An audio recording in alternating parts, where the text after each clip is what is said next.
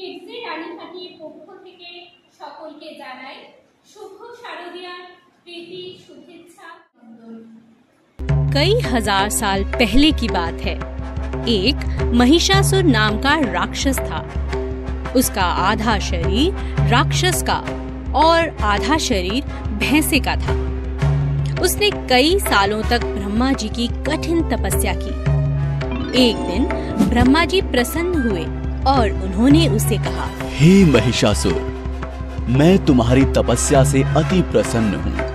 मांगो जो वरदान मांगना है।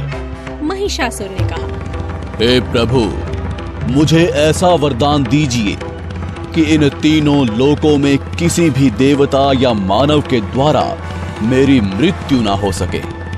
ब्रह्मा जी ने हंसकर कहा, ऐसा ही होगा। महिषासुर बहुत घमंडी और अत्याचारी था। उसने देवताओं पर आक्रमण किया। उन्हें युद्ध में हराकर उसने उनके क्षेत्र पर कब्जा कर लिया। सभी देवता महिषासुर के उत्पात से बहुत परेशान हो गए। वे सभी मिलकर ब्रह्मा जी, शंकर जी और विष्णु जी की शरण में गए। सभी देवताओं ने मिलकर एक सभा में इसका उपाय ढूंढने का प्रयास किया। श्री ब्रह्मा, विष्णु और महेश जी ने एक तेज प्रकाश पुंज से एक सुंदर देवी का निर्माण किया। इसी देवी को सारी दुनिया आदि शक्ति माँ दुर्गा के नाम से जानती है। सभी देवताओं ने माँ दुर्गा को सभी प्रकार के अस्त्र शस्त्र से सुसज्जित किया।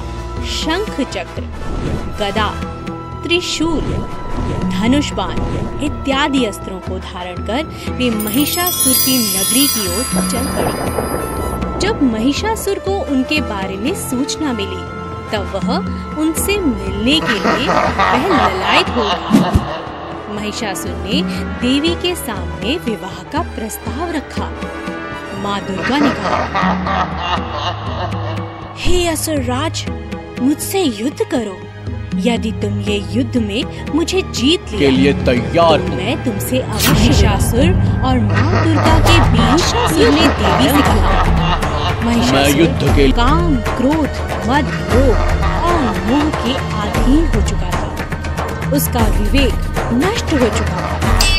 दुर्गा माँ और महिषासुर के बीच 10 दिनों तक घमासान युद्ध हुआ। दोनों तरफ से शस्त्रों का प्रहार जारी था। माँ दुर्गा स्वयं आदि शक्ति का अवतार थी। उन्होंने महिषासुर के हर शस्त्र प्रहार को नाकाम कर दिया।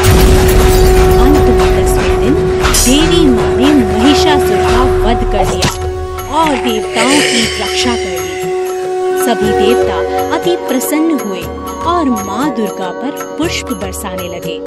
उनकी जय जयकार करने लगे। तब से हिंदुओं ने नवरात्रि का त्योहार मनाना शुरू किया।